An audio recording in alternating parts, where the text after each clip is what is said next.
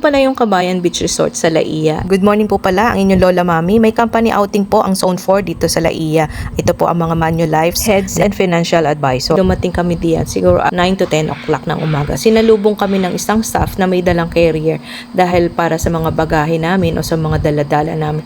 Dahil sa totoo lang, ang lawak-lawak nitong lugar na to at napakalayo para hakutin mo yung gamit mo, lalo pat ang aming cottage pala ay nasa beachfront.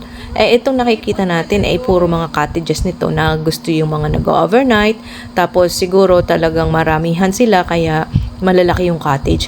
Napakaluwang niya kaya sabihin ko sa'yo talagang pati sa parking pa lang napakalaki na. Sulit talaga. Alam niyo po ba yung cottage namin na nakuha ay nasa 5,000 daw yan. For 25 packs na limited na yon. So tapos may 200 pesos na entrance. Medyo may kamahalan pero okay na rin kahit malayo sa Manila. At least sulit naman yung dagat na mapupuntahan mo.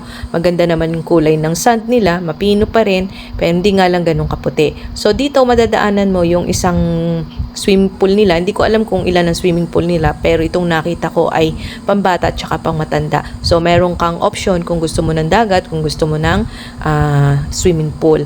So yung amin ay nasa tabi ng beachfront kaya kasi kami ay one day lang. So yung mga nandito sa loob ay pang overnight. Siguro kung pipiliin ko, mas gusto ko kung ako ay nasa beach. Gusto ko yung nasa matabing dagat para anytime na gusto kong maligo madali lang pumunta. Ito kasi napakalayo. Tapos may gate pa siya.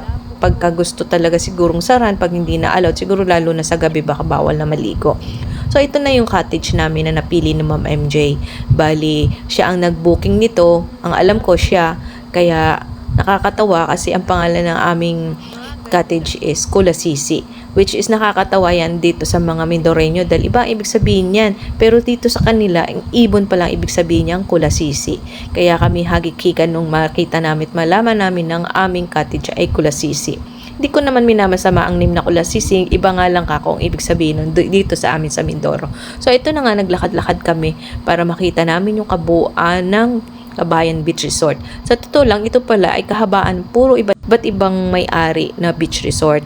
So kung gusto mo talagang mamili, dito pala ang makikita mo na yung lawak ng beach resort ng Laia. Kaya pala ang Laia ay kilalang kilala sa mga beach resort. Dinadayo talaga sila pag may mga company outing, team building, kasi ang luwang niya para sa isang mga katulad na mga grupo-grupo na pumupunta. So iyan, meron din pag-itan pala ng ilog diyan sa pag-itan ng isang beach resort at saka ng Kabayan. So, naglakad-lakad kami pero hindi para pumunta doon sa dulo dahil napakalayo kung pupuntahan pa namin at saka sobrang napakainit kasi dumayo lang kami ng picture taking dahil wala naman balak maligo dahil lang hindi namin alam kasi na pwedeng magdala ng panligo since alam naman namin na sa beach resort ito kami pupunta pero hindi kami na-inform na pwede kaming maligo. So, hindi kami ready. Kahit gusto namin maligo, naman kami panligo. So, yun lang. Maraming salamat sa panonood ng aking vlog. Sa susunod na video naman ay yung kaganapan kung anong ginawa namin dito sa Kabayan Beach Resort. Thank you for watching. Bye-bye!